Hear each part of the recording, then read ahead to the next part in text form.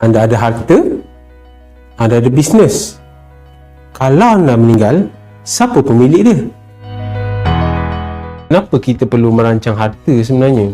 Maksudnya kenapa kita perlu menghibahkan harta kita? Kenapa kita kena wasiatkan? Kenapa kita kena declare harta kita sebagai harta pencarian? Antara sebab utamanya ialah berkaitan dengan sifat harta itu sendiri.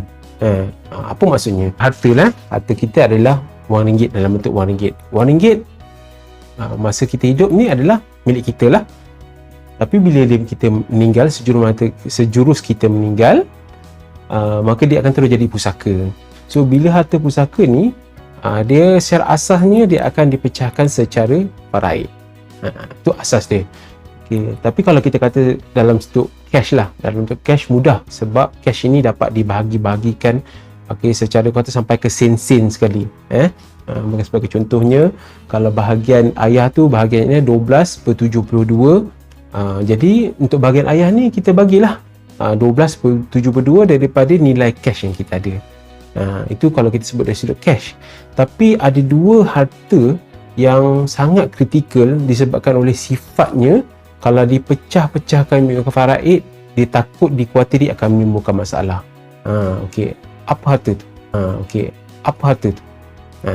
Tu pertama, harta kita sebut sebagai hartanah, ataupun kata sebagai contohnya rumah atau tanah. Kalau kata rumah ni, contohnya rumah tu, nama kita masa kita hidup. Nama di atas geran atau di SMP tu nama adalah nama kita. Bila kita meninggal, rumah tu akan dipecah-pecahkan mengikut bahagian faraid. Maksudnya mungkin daripada contoh faraid ini, ayah, ibu, anak lelaki, anak perempuan dan isteri ni ada bahagian-bahagian masing-masing. Macam contohnya kalau kata isteri dapat 1/8 saja atau 9/72 dalam kes ni lah. So mungkin dia akan dapat store. Ataupun ayah akan dapat ruang tamu, ibu akan dapat bilik dapat bilik tidur utama kan. Bukan macam tu. Sebenarnya secara pelaksanaannya, kalau rumah tu dipecah-pecah faraid, maksudnya dalam geran ataupun dalam perintah pembahagian nanti akan disebut ayah ada bahagian 12/72, ibu pun 12/72, isteri akan dapat 9/72, begitulah seterusnya. Jadi apa masalah dari sudut kalau kata rumah ni dipecah-pecah macam ni? Jadi masalah dari sudut, terutama dari sudut pengurusan lah. Sebagai contohnya, kalau kata isteri nak tinggal kat rumah, tetap nak tinggal rumah situ, sedangkan bahagiannya hanya 1/8, maknanya dia kena minta izin lah kepada ahli-ahli faraid lain, kena minta izin kepada ibu dan bapa mertua dia. Tapi risikonya, apa akan jadi kalau ibu dan ayah mertua ni meninggal dunia pula? Jadi bahagian ibu dan ayah ni, ibu dan ayah mertua ni akan dipecahkan ikut faraid dia. Jadi seperti mana kita dah sebut sebelum ni, faraid ni golongannya ada 25 golongan. Setiap orang berbeza-beza. Jadi mungkin untuk bahagian ayahnya, iaitu 12/72, akan tengok bahagian faraid dia lah. Dia akan tengok sama ada ayah dia ada lagi tidak. Maksudnya atuk dan nenek si mati tadi ada lagi hidup ke tidak. Kemudian dia tengoklah bahagian, mungkin bagi anak-anak dia, mungkin pakcik-makcik dia, mungkin saudara mara dia yang lain. Jadi kat sini sebenarnya dia akan menimbulkan kesulitan atau menyusahkan waris-waris yang lain. Maksudnya kat sini mungkin anak-anak dia terpaksa berkongsi.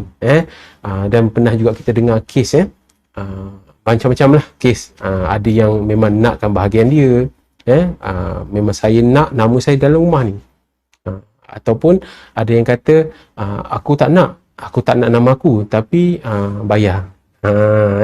Dia panggil tebus pusaka. Maknanya kalau kata bahagian dia 12/72, maknanya nilaikan bahagian dia kena bayar lah.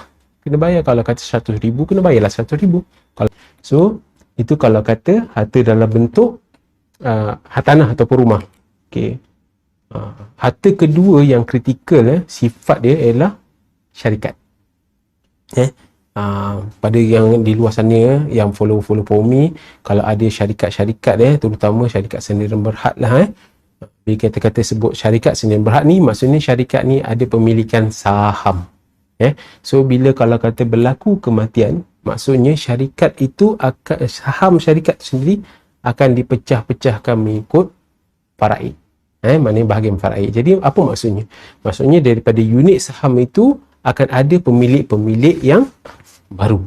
Jadi ini akan bertambahlah. Mungkin daripada masa hidup, mungkin kita ada pemilik syarikat tersebut adalah seorang atau dua orang. Tapi lepas berlaku kematian, syarikat itu orang kata dah 10 orang, 20 orang pemilik. Jadi orang kata bila kapal ni banyak sangat kepala, lama-lama dia akan karam lah.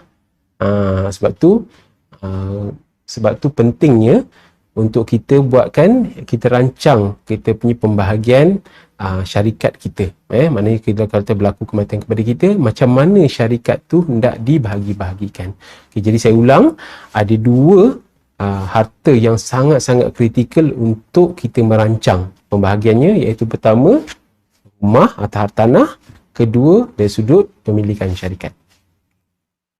Assalamualaikum warahmatullahi wabarakatuh. Saya Wan Haslim dari Puan Umi TV.